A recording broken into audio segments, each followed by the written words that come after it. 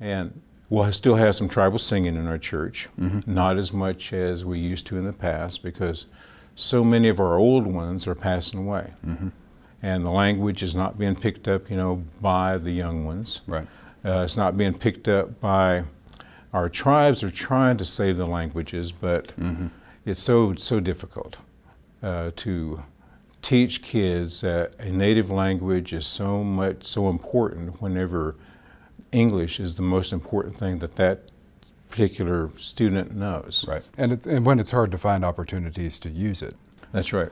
But it seems to me like using it in church could be one of those opportunities. Yeah. Just, the best way to learn a language is to sing it. Sing words, that go along. And then just conversation. And that's, the way that they're trying to teach that now. Right. Instead of, going through books and different things like that, just talk. Right. Talk about, use those words. At my former church, Salatisca, that's northeast of Shawnee, we had a lot of absentee Shawnee members within our particular congregation.